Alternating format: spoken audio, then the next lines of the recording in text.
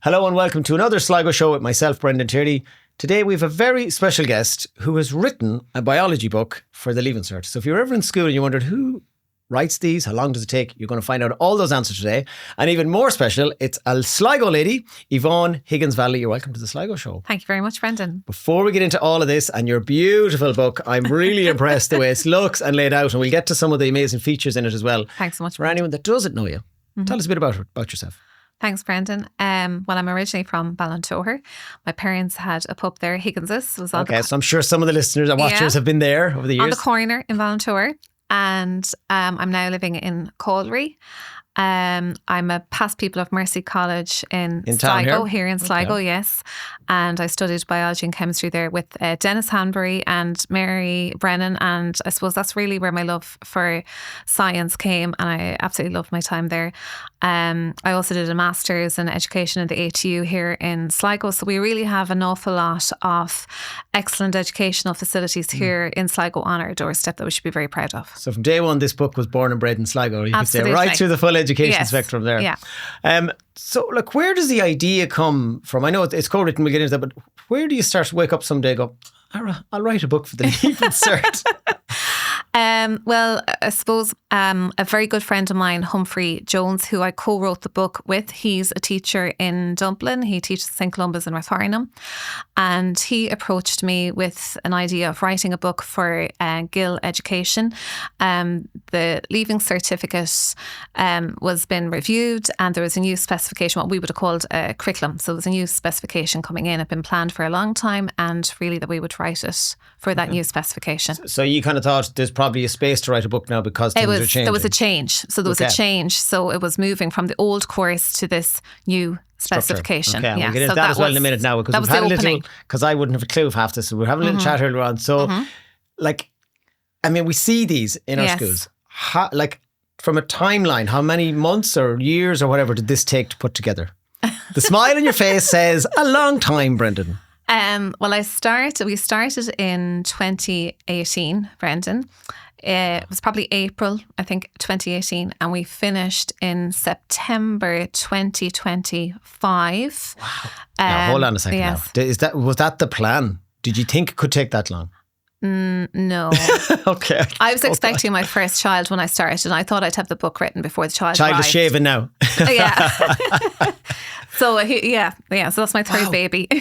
Wow, so in a normal week, how many hours would you roughly put into this each week?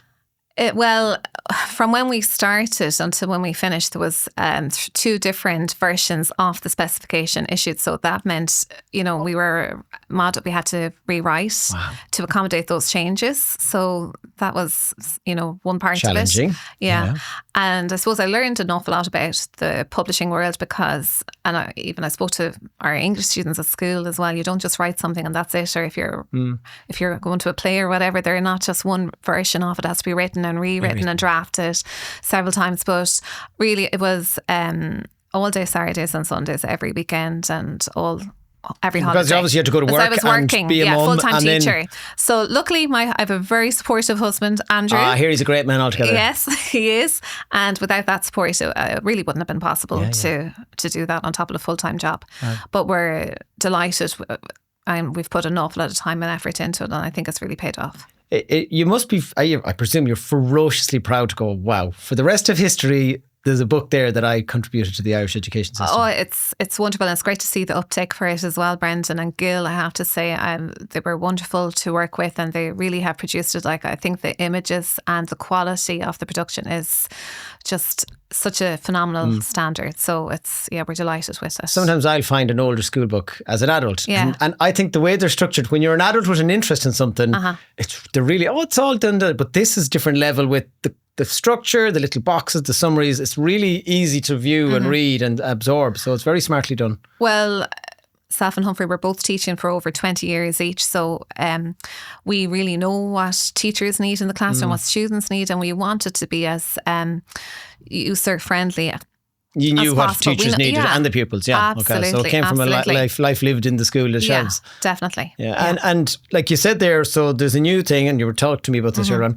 the AAC. So obviously I haven't a clue what that is. Or neither do some people, but to the people that do, can you explain a bit more what that means? Yeah, there's a lot of talk about it at the minute. The AAC is the additional assessment component. This way, every single Leaving Cert subject is going to be going. Okay. So at the moment, it's just the sciences and business this year. It came in September, but every subject will be moving on, year after year. So eventually, all the subjects will be this way, and it's 40% basically for a practical component. Okay. That's your AAC, your additional assessment. So the students have to carry out their own investigation. So it's not read about how a science experiment is done. They write a report on. So they carry out the investigation, they write a report, they submit that, and then that gets 40%. And then what they sit then in June of 6th year of their Leaving Cert, that exam paper is 60%. So it's a big, it's a big change. I'd say for a lot of people, maybe that's probably a little bit better. So it's not the full pressure at the end. And some people might be more practical or hands-on. Are they? Or I suppose it's different horses, different courses, I suppose. Yeah, well, I suppose they're really getting to learn to work as a scientist. And we have a component in the investigative log here that deals with how to write up their report. And science, it's not very linear. If you're doing an experiment, it's not really just following a recipe, and you have to reflect on what you've done and you have to do reiterations. It doesn't work straight away, maybe the first time. And we've really scaffolded that for the students in their portfolio so that they really do get to work like a scientist. I think that's great, because they might go, I'd love to be a scientist, sounds exciting. But then if you're just learning theory only, you go, no, I like getting out and doing things. So that's good. Absolutely. So this book, you've covered so many aspects of this. But like, what would you say is maybe unique about this book? Well, a big difference is that each chapter is divided into sections. So there could be 4 or 5 sections in each chapter, and each of those corresponds to a lesson. So it's broken down into very manageable chunks, so you're not overwhelmed at the start. Yep. And then at the end of each section, you're directed to, there's another book that goes with it, which is it's a flip book actually. It's an investigative log on one side and it's a learning portfolio on the other side. Okay. And at the end of each section, you have a series of questions that are just related to just that section. Okay. So it's boxed up. So you're not waiting to the end of the chapter to check what the students know. No, yeah, They've been checked and then we can do a little review themselves every so often. Okay. Teachers, we call that formative assessment. So it's built in. Okay. And then they have the normal end of chapter, which we call summative assessment. That's built in at the end then as well. Right. So it's, they're really reviewing, they're learning all the time. All the time, okay. Yeah. And that's what I think, reflecting on their learning. Makes it stick then as well, when you're doing that regularly. Yeah. So and then we said the biology in practice, what for obviously we all know there's different schools, different funding, different levels. If certain schools mightn't have the fanciest of equipment or some of the equipment needed, how do you get around that then with the way you've done the book? Well, we were very conscious of that. Even myself and Humphrey, we teach in 2 very different schools. I'm teaching just across the border in Bundoran here, and he's in Dublin. And we're very conscious that schools have different resources, and we really made an effort to make sure that we use the simplest equipment possible. So kept it very, very basic, so that no matter where you were, you would have been able to carry that out. You won't feel like, we can't do that. Okay. Yeah. If you have your beakers and your graduated cylinders, you could old school. Do it. Yeah, absolutely old school. Can I just put it into machine now and just press the button? I remember in college when I was doing my degree in science, and it's like, we can't afford the machine, Brendan. We'd be like, why don't we just do the machine? Why are we doing these hours and stuff? But I know what you mean. It does cater for everyone. What's been the feedback like amongst teachers doing it? Like, this is live now, obviously. Oh, it is. It came and you've been using it yourself? I have. Okay. Yeah, absolutely. What's that like? If anyone questions anything in it, do you excuse me?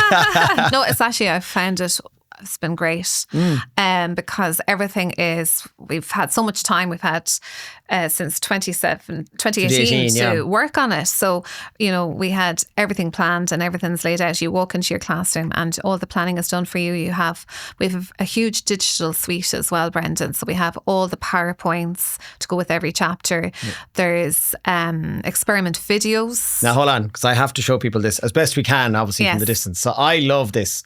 So you'll explain to us here now. We have our little markers in here. Yeah. So down here, if you can see that on the camera, there's a little key. Now, this isn't for necessarily the real book. So tell us what that's about there. Yeah, so there is an e-book for the actual textbook, and beside that term there, I think it's I can't see it very well, but is it stomata maybe? It's a stomata. Yes. Thank God I pronounced that right. Yeah, perfect, Brendan, top so of the class. So these are kind of difficult or tricky pronunciations in words.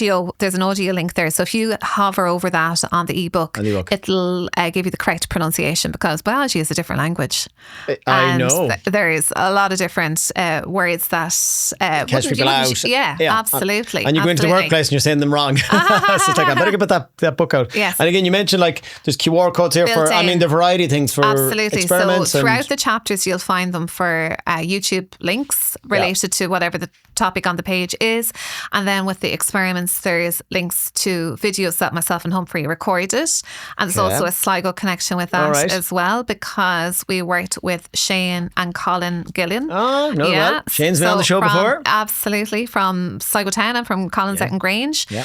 And they were, excellent, fantastic to work with. And they've recorded the videos in Humphrey's labs up in St. Columbus in Dublin. So that was wonderful. So I suppose it breaks up the learning for the pupil. And I mean, they all love watching stuff now. So it just reframes it like, but I mean, as I said, it's really well and nicely structured. You know what I mean? I mean, science books may not excite people very much, but if you go, well, if I have to go at it. No, it's a beautiful book to lift. And even if you aren't studying biology, actually just lift it and read it. I know, to go, even to learn some basic stuff about it. So what tips would you give to teachers that go, okay, I'm going to get this and I'm using it? What's your main tips as the person who co-wrote it? I would say to use the main textbook in conjunction with their learning portfolio, as I mentioned, that at the end of each of the learning sections, you have your questions based with that. So I think that's important.